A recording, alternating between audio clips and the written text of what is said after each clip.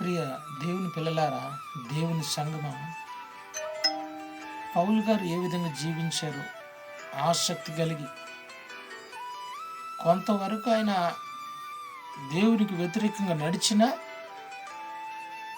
ఆయన తప్పు తెలుసుకొని పశ్చాత్తాపడి మారు మనసు పొంది ఇక ప్రభు తట్టు తిరిగి ఆయన జీవించిన జీవన విధానం ముసలోడు అయిన దాకా ఆయన ఆ సేవలు కొనసాగిస్తూనే ఉన్నాడు.